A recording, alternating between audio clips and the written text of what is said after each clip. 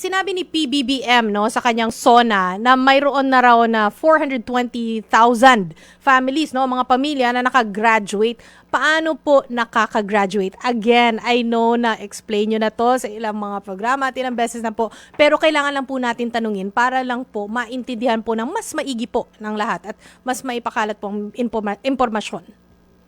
Yes, Ma'am Chiki, yung pong nabanggit ng ating pong bahal na Pangulo na 420,000 na nag-graduate from the program. Kung matatandaan po last year, nagkaroon po ng administration ng Social Welfare and Development Indicators amongst our 4Ps beneficiaries.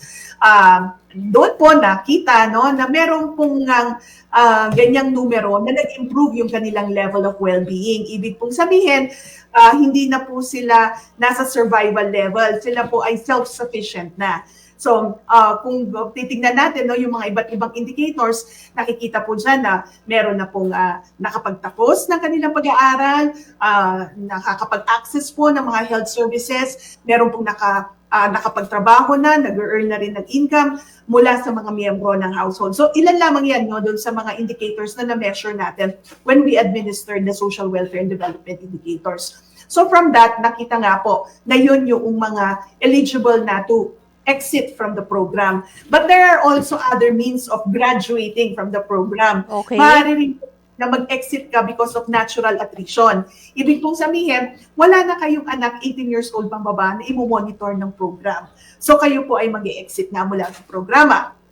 Maaari rin naman po kayong mag-exit dahil kayo ay nag-waive na ng inyong membership. Ibig sabihin, meron na pong acceptance on your part na nag-improve yung inyong level of well-being and naniniwala po kayo na mas may iba pang matutulungan yung programa. So, wini-waive nyo na yung inyong slot. Ano po. Or maaari rin naman po na kayo ay, yun nga, lumabas na nag-improve na yung inyong level of well-being based on the administration of our suite.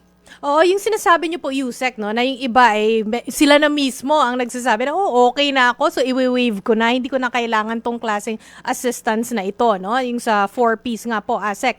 So, marami bang ganito na sila na mismo na lumalabas dun sa programa o kailangan ba natin or more often than not kailangan natin sabihin, uy, medyo okay ka na, pwede ka nang lumabas sa programa, pwede ka nang graduate, or do they need a nudge? Kasi syempre, kung ikaw tumatanggap ng benefits, 'di ba? Parang, uy, okay to may benefits kahit kayang-kaya ko na. May tendency na gano'n no? O hindi ba gano'n yung sitwasyon?